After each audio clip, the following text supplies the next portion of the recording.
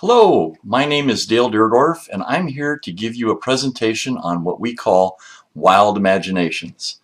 I'm going to walk you through all the details in a new model that you've never seen before that explores 5 different unique types of imagination. We're going to talk about the need for imagination, not only within organizations, but within teams. How do we train? How do we teach that? How do we refresh that in people so that they go back to what they were feeling like as a child, that ability to daydream and come up with new ideas so that we can create wonderful, wonderful, I'll call it new opportunities. So let's go ahead and jump into this. I just want to get in and start to provide you some information on wild imagination. So let's talk about what is imagination. So one of the things that we need to understand is the ability of your mind, my mind, all of our minds to be creative and resourceful. It allows us to explore ideas, new ideas. It allows us to take those new ideas and to kind of phrase them in a way that we haven't thought about previously. It's the faculty or action of forming new ideas, images, or concepts of external objects not present to your senses, so they don't physically exist, to form a picture in your mind. That is what imagination is. So let's talk about how do we bring about an imagination culture, and why would we want to do that? Well, an imagination culture is something that when we talk about organizations needing to be more creative, to start thinking outside the box, to start thinking that they need to think outside of the box, to think about how they can think differently than they have before. How do we create a revolution? How do we do something differently? We need to create I'll call it a new group of people, and these are going to be called Thinkonauts. And these Thinkonauts, when we talk about a Thinkonaut, we want everyone to be able to become a Thinkonaut. So what an astronaut is what? An astronaut is someone who explores the outside areas of the universe. Well, a Thinkonaut is someone who explores the inside universe of our mind. It's the ability to be a time traveler into new dimensions of reality. You can create visions of travel into futuristic destinations with absolutely no limits. Let's think about what we just talked about there. Now, a simple brain map, a traditional brain map, when we look at it, is broken down into 4 quadrants: upper brain, lower brain, right brain, left brain. And if we were to think about imagination, we would typically say, well, it's upper brain functionality. We would recognize that it's coming from the upper brain, not the lower brain, and that it's probably right-brained, typically, because that's where creative thinking comes from. That's where metaphors establish. That's where we put things together into, I'll call it, areas where we like to connect things. All of that's done over on that side of the brain. So when people talk about imagination, they typically talk about it coming from a right brain perspective, upper and right brain.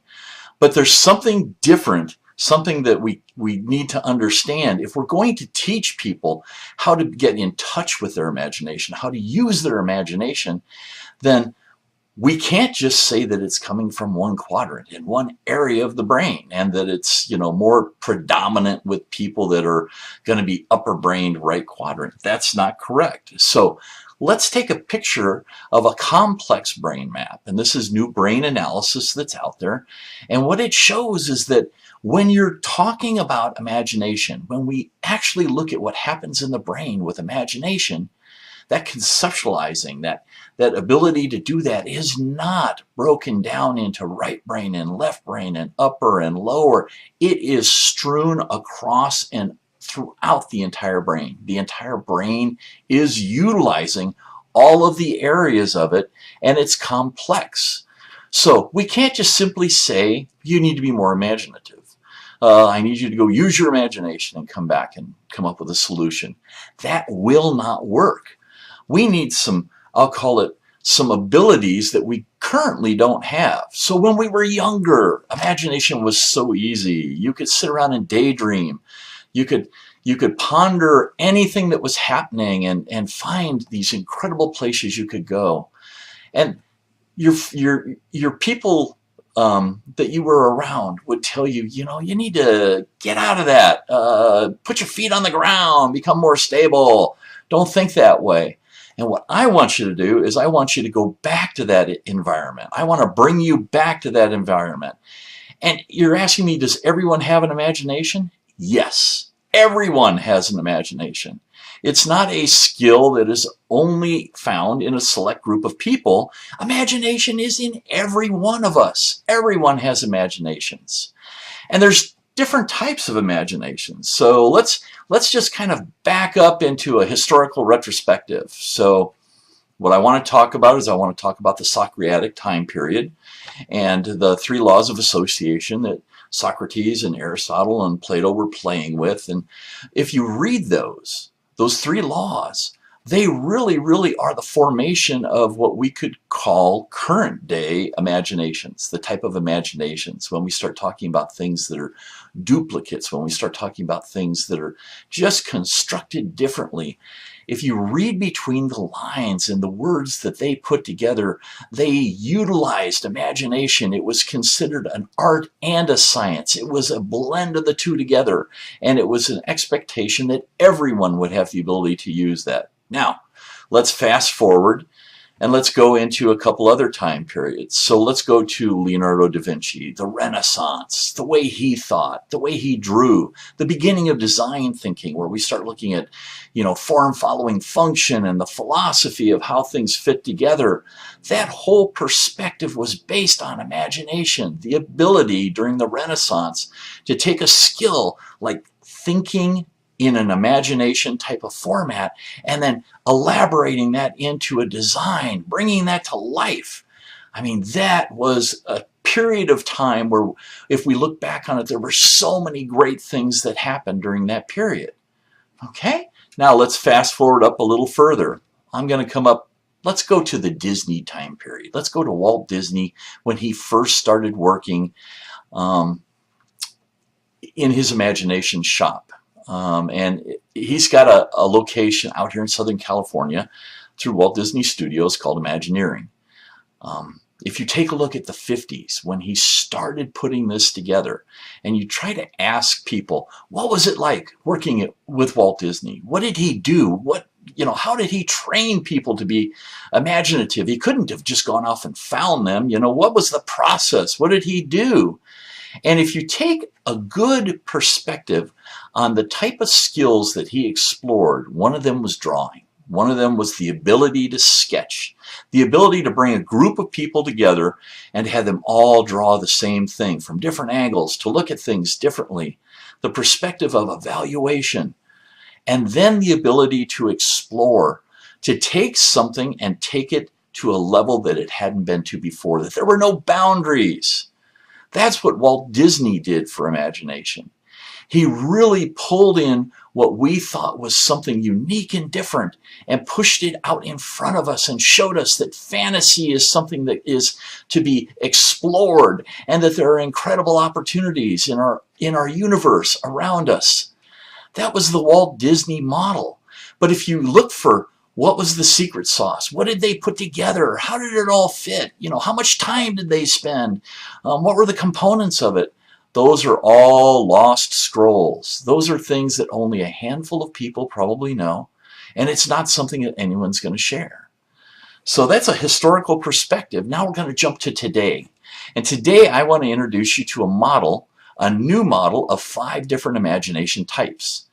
And when I unveil this model for you, you're going to say, oh, it makes so much sense. It's so easy to see. Why did we not see this before? But it's something, until you start to go back from a historical perspective and kind of pack it into the components, put it together, and then say these are the pieces to it, I think you're going to find that I've created a model called Wild Imaginations, and there are 5 different imagination types. And we're going to talk about all 5 of those types. And some of this is covered by creative thinking, some of it's covered by design thinking, some of it comes out of, different types of, I'll call it brainstorming techniques. Osborne's material from the 50s, when he started working on the original brainstorming ideas and putting together, different types of tools. All of this is blended together. So we're going to talk about the first one, which is abstract imagination. And it Abstract imagination is based on something that is not really possible. So if you take something that cannot happen and you abstract it and you put that together and you think, what would that look like? That is the formula that we've created for you for abstract imagination. The next piece, the second one, is duplication imagination. And this is based upon something that's already repeated. And we know that there are patterns, trends, things that duplicate themselves over and over again, and how you can take a solution from the 20s, 30s, 40s, 60s. The fashion of the 60s is coming back into today.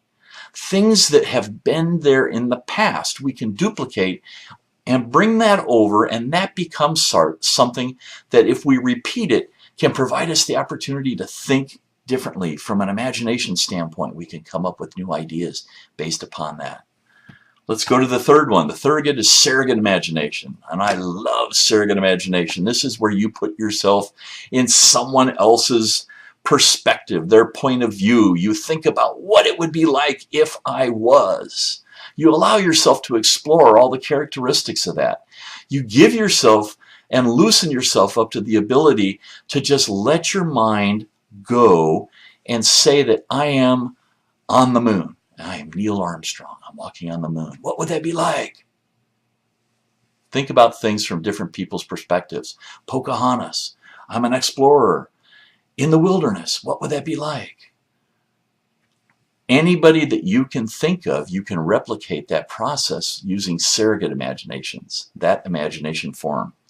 The next one is going to be prophecy imagination, and this is based on something that is liberated from a declaration. It's something that it's exclaimed. It's something that you hear someone say and you go, oh my gosh, that is just incredible. Let's take that and let's explore that. Let's look at that. What does that look like? How does that fit?